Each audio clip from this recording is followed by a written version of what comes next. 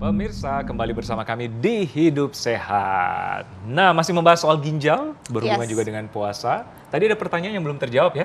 Ya, sering konsumsi makanan asin berbahaya buat ginjal. Fakta atau mitos, dokter? Fakta. Oh, fakta? Iya, fakta.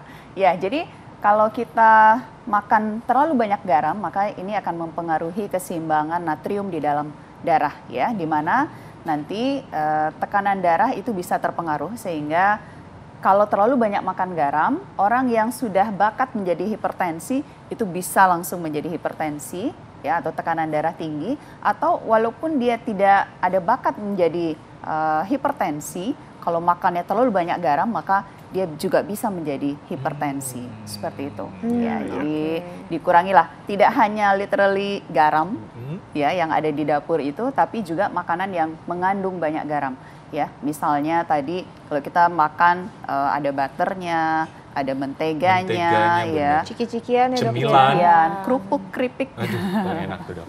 Ya, itu enak banget padahal ya. Enak-enak ya, banyak mengandung garam ya. Iya, nah ternyata memang cukup banyak ya, Dok, ya, makanan-makanan yang kita harus batasi untuk supaya ginjal tetap sehat. Nah, dokter, kalau gitu gimana nih, Dok, tipsnya menjaga ginjal tetap sehat sementara kan kita juga harus tetap berpuasa?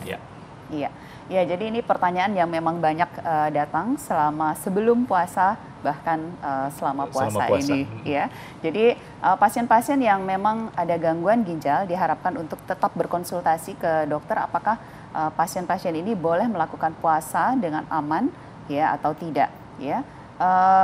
Pada tadi yang saya katakan, pada penyakit ginjal stadium 1 atau 2, ya, di atas 60 fungsi ginjalnya, maka bisa melakukan fungsi ginjal melakukan puasa dengan aman, ya. Tapi kalau misalnya pasien-pasien yang di bawah itu fungsi ginjalnya di bawah 60, maka haruslah berkonsultasi dengan dokter apakah bisa memulai puasa atau tidak, ya.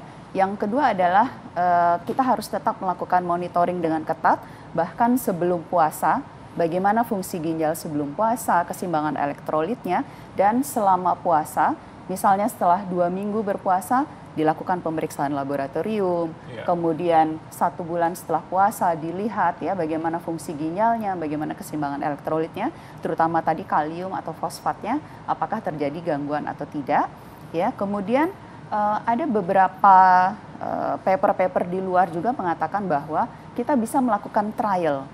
Ya, trial untuk melakukan puasa sebelum bulan Ramadan datang.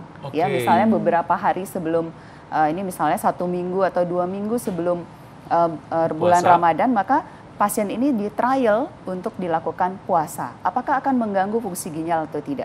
Jika iya, maka mungkin tidak dianjurkan. Tapi kalau misalnya masih cukup stabil, maka bisa dilanjutkan untuk puasanya.